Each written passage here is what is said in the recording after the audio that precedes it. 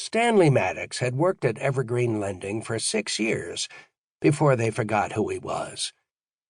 It was a Wednesday, the last week of summer, and there hadn't been any issues on the Monday or Tuesday before. In fact, his boss had complimented him for his work on the McCluskey loan and told him what a valued employee he was.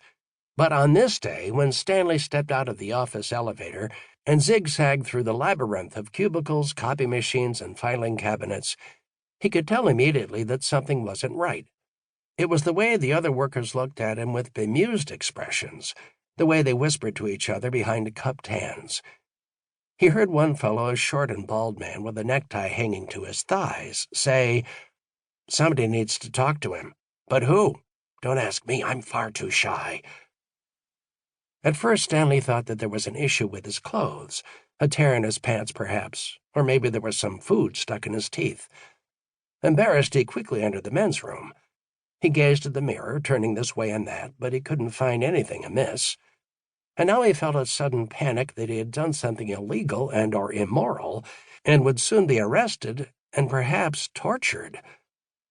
He washed his hands and wetted his face, forcing a smile to repress his anxiety. Exiting the bathroom, he strode to his cubicle and sat in his chair, the springs creaking beneath his weight.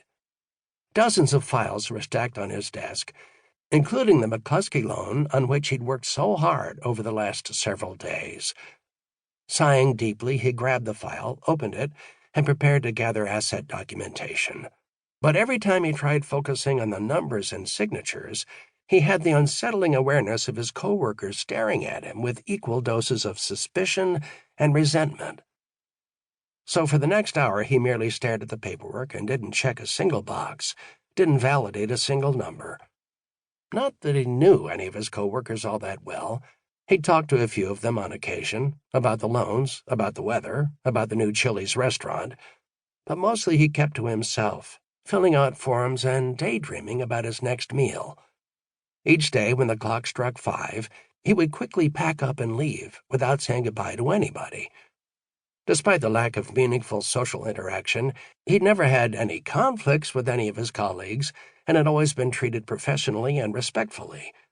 Why, come to think about it, just the other day a big-boned woman who worked in the cubicle across from his had offered him homemade cookies and fudge. She smiled and said, "This will give you a little sugar high."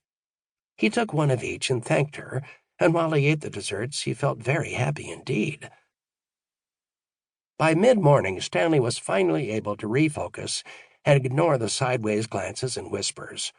Surely he was just being paranoid, he decided, an illness of thought birthed by a lifetime of news stories about terrorists, murderers, and rapists. As the fluorescent light shone above him and the muzak played softly behind him, Stanley neared completion of the McCluskey loan and was looking forward to eating the turkey sandwich, pretzels, and chocolate pudding that he'd packed that morning.